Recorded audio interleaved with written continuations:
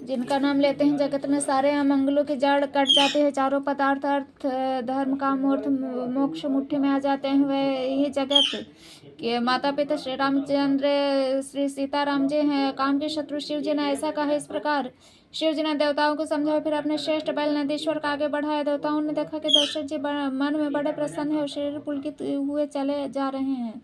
उनके साथ परम हर्षयुक्त साधुओं ब्राह्मणों की मंडली ऐसे शोभा दे रही है मानो समस्त सुख शरीर धारण करके उनकी सेवा कर रहे हो। चारों सुंदर पुत्र साथ में ऐसे सुशोभित हैं मानो संपूर्ण मोक्ष शरीर धारण किए हुए हो। मरकत मणि और सुवर्ण के रंग की सुंदर जोड़ियों को देखकर देवताओं को कम प्रीति नहीं हुई, अर्थात बहुत ही प्रीति हुई। फिर श्री रामचंद्र जी को देखकर वे हृदय में अत्यंत हर्षित हुए और राजा की सराहना करके उन्होंने फूल बरसाए। नख से शिखा तक श्री रामचंद्र जी के सुंदर रूप को बार बार देखते हुए पार्वती जी के श्री शिव जी का शरीर पुलकित हो गया और उनके नेत्र प्रेमाश्रुए के जल से भर गए। राम जी का मोर के कंठ की सी कांति वाला हरिताभ श्याम शरीर है। बिजली का अत्यंत निरादर करने वाला प्रकाशमय व सुंदर पीत रंग के वस्त्र, सब मंगल रूप, सब प्रकार से सुंदर भांति भांति के विवाह के आभूषण शरीर पर सजाए हुए हैं। उनका सुंदर मुख शरद पूर्णिमा के निर्मल चंद्रमा के समान है। नेत्र नवीन कमल को लजाने वाले हैं। सारे सुंदरता अलौकिक है। वह कहीं नहीं जा सकते। मन ही मन बहुत प्रिय लगती है। साथ में मनोहर भाई शोभित है जो चंचल घोड़ों को नचाते हुए चले जा रहे हैं।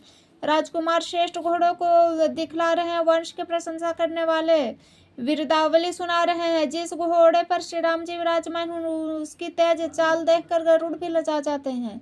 उसका वर्णन नहीं हो सकता। वह सब प्रकार से सुंदर है मानो कामदेव ने ही घोड़े का वेश धारण कर लिया हो। मानो श्री रामचंद्र जी के लिए कामदेव घोड़े का वेश बनाकर अत्यंत शोभित हो रहा है। वह अपनी अवस्था, बल, रूप, गुण और चाल से समस्त लोगों को मोहित कर रहा है। सुंदर मोती मणि और माणिक लगी हुई जड़ाऊ जिन ज्योति से जगमगा रहा है। उसकी सुंदर घुंघरू लगी ललित लगाम को देखकर देवता मनुष्य मुनि सभी ठगे जाते हैं। प्रभु की इच्छा में अपने मन को लीन किए चलता हुआ घोड़ा का बड़ी शोभा पा रहा है, मानो तारागण तथा बिजली से अलंकृत में एक सुंदर मोर को नचा रहा हो। जिस श्रेष्ठ घोड़े पर श्री राम जी सवार हो उसका वर्णन सरस्वती जी भी नहीं कर सकती। शंकर जी श्री रामचंद्र जी के रूप में ऐसे नृत्य हुए कि उन्हें अपने 15 नेत्र इस प्रकार ही प्यारे लगने लगे। भगवान विष्णु ने जब प्रेम सहित श्री राम जी को देखा तो वे रमणीय की मूर्ति श्री लक्ष्मी जी के पति श्री लक्ष्मी जी सहित मोहित हो गए। श्री रामचंद्र जी की शोभा देखकर ब्रह्मा जी बड़े प्रसन्न हुए, पर अपने 8 ही नेत्र जानकर पछताने लगे। देवताओं के सेनापति स्वामी कार्तिक के हृदय में बड़ा उत्साह है, क्योंकि ब्रह्मा जी से 1.5 अर्थात 12 नेत्रों से राम दर्शन का सुंदर लाभ उठा रहे हैं। सुजान इंद्र अपने 1000 नेत्र से श्री रामचंद्र जी को देख रहे हैं और गौतम जी के शाप को अपने लिए परम हितकर मान रहे हैं। सभी देवता देवराज इंद्र से ईर्ष्या कर रहे हैं और कह रहे हैं, आज इंद्र के समान भाग्यवान दूसरा कोई नहीं। श्री रामचंद्र जी को देखकर देवगण प्रसन्न है। दोनों राजाओं के समाज में विशेष हर्ष छा रहा है। दोनों ओर से समाज में अत्यंत हर्ष है। बड़े जोर से नगाड़े बज रहे हैं। देवता प्रसन्न होकर रघुकुल मणि श्री राम जी की जय हो, जय हो, जय हो कहकर फूल बरसा रहे हैं। इस प्रकार बारात को आते हुए जानकर बहुत प्रकार से बाजे बजने लगे। रानी सुहागिनी स्त्रियों को बुलाकर परछन के लिए मंगल द्रव्य सजाने लगी। अनेक प्रकार से आरती सजाकर समस्त मंगल द्रव्य को यथायोग सजाकर गजगामिनी उत्तम स्त्री आनंद पूर्वक परछन के लिए चली। सभी स्त्रियां चंद्रमुखी और सभी मृगलोचनी हैं और सभी अपने शरीर की शोभा से रति के गर्व को छुड़ाने वाले रंग रंग की सुंदर साड़ियां पहने शरीर पर सब आभूषण सजे हुए हैं। समस्त अंगों को सुंदर मंगल पदार्थों से सजाए हुए कोयल को भी लजाते हुए मधुर स्वर से गान कर रही हैं। कंगन, करधनी, नूपुर बज रहे। स्त्रियों की चाल देखकर कामदेव के हाथी भी लजा जाते हैं।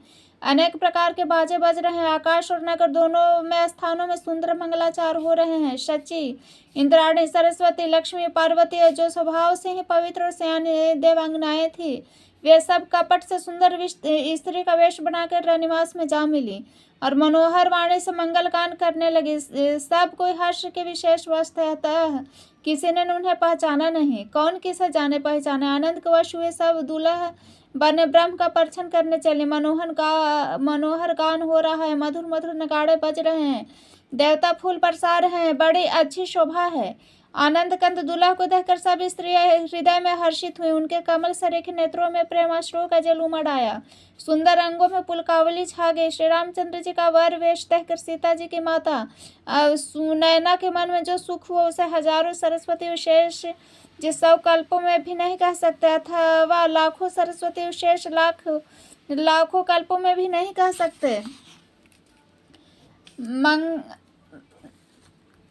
मंगल अवसर जानकर नेत्रों के जल को रखे हुए रानी प्रसन्न मन से परिक्षण कर रहे हैं। वेदों में कहे हुए तथा कुलाचार के अनुसार सभी व्यवहार रानी ने भली भांति किए।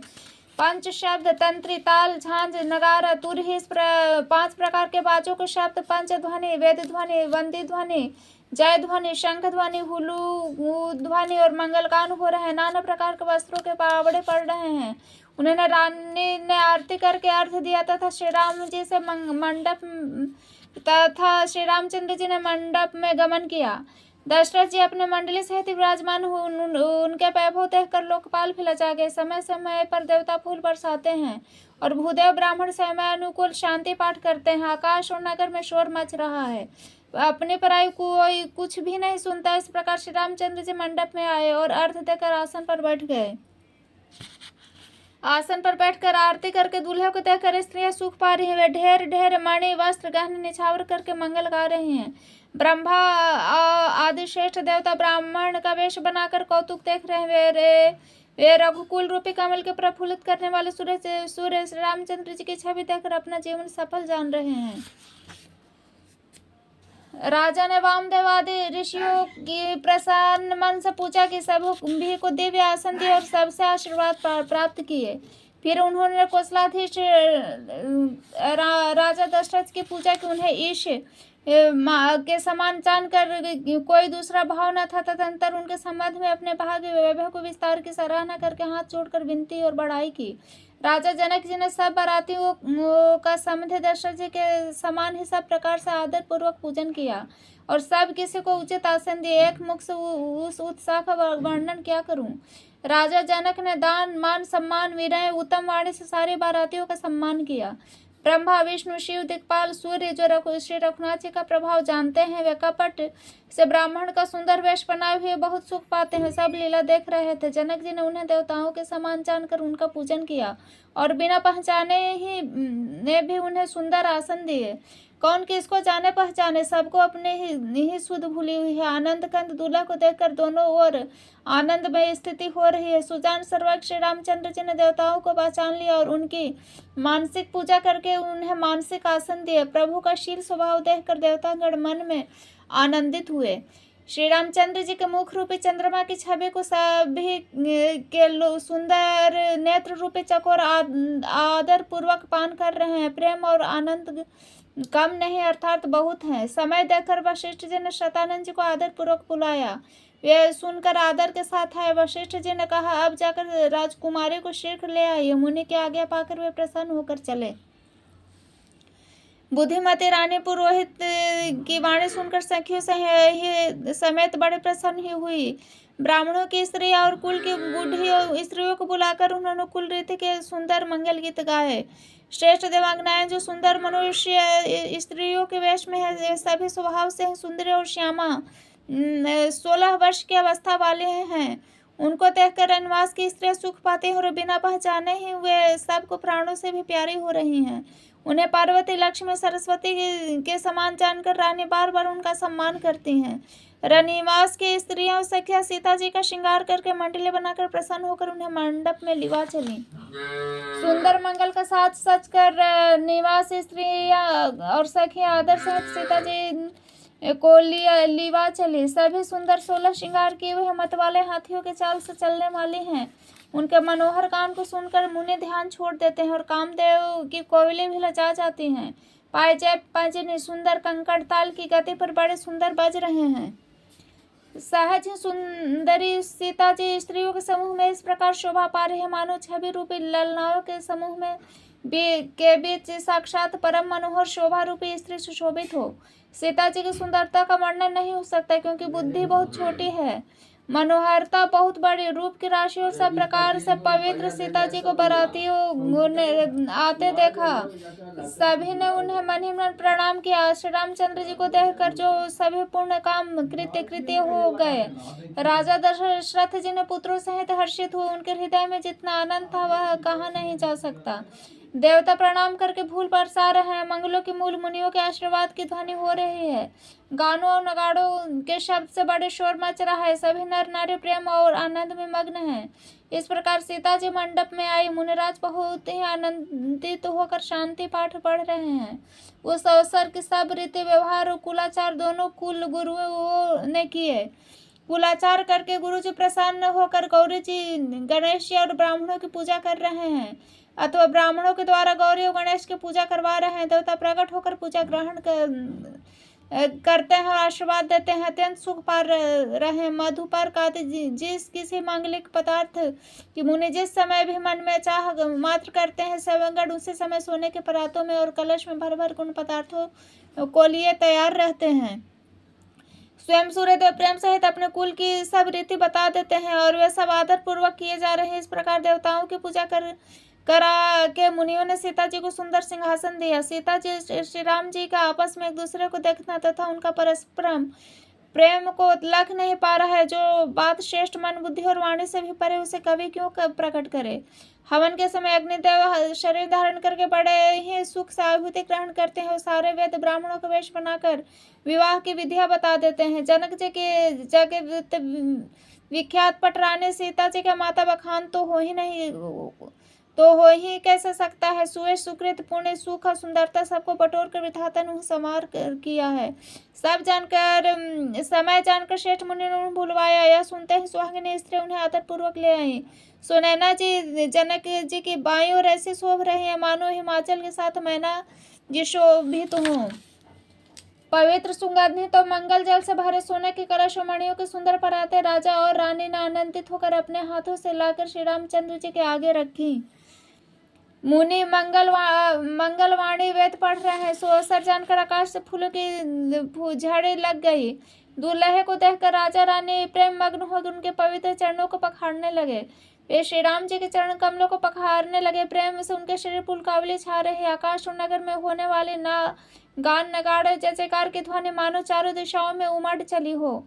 चरण कमल कामदेव के शत्रु श्री शिव जी के हृदय में मान सरोवर में सदा विराजते हैं, जिनका एक बार हुए स्मरण करने से मन में निर्मलता हो जाती है और कलयुग के सारे पाप भाग जाते हैं। जिसका स्पर्श पाकर गौतम मुनि की स्त्री अहिल्या ने जो पापमयी थी परम गति पाई। जिस चरण कमलों के रंदरस शिव जी के मस्तक पर विराजमान है, जिनको देवता पवित्रता की सीमा बताते हैं। मुनि और योगी जन अपने मन को भंवरा बनाकर जिन चरण कमलों का सेवन करके मनोवांछित गति प्राप्त करते हैं, उन्हीं चरणों को भाग्य के पात्र जनक जी धो रहे हैं। देखकर सब जय जयकार कर रहे हैं। दोनों कुलों के गुरु वर और कन्या की हथेलियों को मिलाकर शाखोच्चार करने लगे। पाणी ग्रहण हुआ देख ब्रह्मादि देवता मनुष्य मुनि आनंद में भर गए। सुख के मूल दुल्हे को देखकर राजा रानी के शरीर पुलकित हो गए। हृदय आनंद सुमंग उठा। राजाओं के अलंकार स्वरूप महाराज जी जनक जी ने लोक वेद की रीति करके कन्यादान किया। जैसे हिमवान ने शिव जी को पार्वती जी को और सागर ने भगवान विष्णु को लक्ष्मी जी दी थी, वैसे ही जनक जी ने श्री रामचंद्र जी की सीता जी समर्पित की, जिससे विश्व में सुंदर कीर्ति छा गई। विदेह कैसे विनती करे। उस सावली मूर्ति ने तो उन्हें सचमुच विदेह यही कर दिया। विधि पूर्वक हवन करके गठजोड़ी की गई। भावरे होने लगी। जय ध्वनि, बंदे ध्वनि, वेद ध्वनि, मंगल गान, नगाड़ों की ध्वनि सुनकर चतुर देवगण हर्षित हो रहे हैं। कल्प वृक्ष के फूलों को बरसा रहे हैं। वर कन्या सुंदर भावरे दे रहे हैं। सब लोग आनंद पूर्वक देखकर नेत्रों का परम लाभ ले रहे हैं। मनोहर जोड़ी का वर्णन नहीं हो सकता। जो कुछ उपमा कहूँ वही थोड़ी होगी। श्री राम जी सीता जी का सुंदर परछाई मणियों के खंभों में जगमगा रही है, मानो कामदेव और रति बहुत से रूप धारण करके श्री राम जी के अनुपम विवाह को देख रहे हों। उन्हें काम देवव्रति को दर्शन की लालसा और संकोच दोनों ही काम नहीं अर्थात बहुत है, इसलिए वे मानो बार बार प्रकट होते हैं और छिपते हैं। सब देखने वाले आनंद मग्न हो गए। जनक जी की भांति सभी अपनी सुध भूल गए। मुनियों ने आनंद पूर्वक भावरे फिराए, नेक सहित सब रीतियों को पूरा किया। श्री रामचंद्र जी सीता जी के सिर में सिंदूर दे रहे हैं। यह शोभा किसी प्रकार भी नहीं किया ही जा सकते, मानो कमल के लाल पराग से अच्छी तरह भरकर अमृत के लोभ से सांप चंद्रमा को भूषित कर रहा है।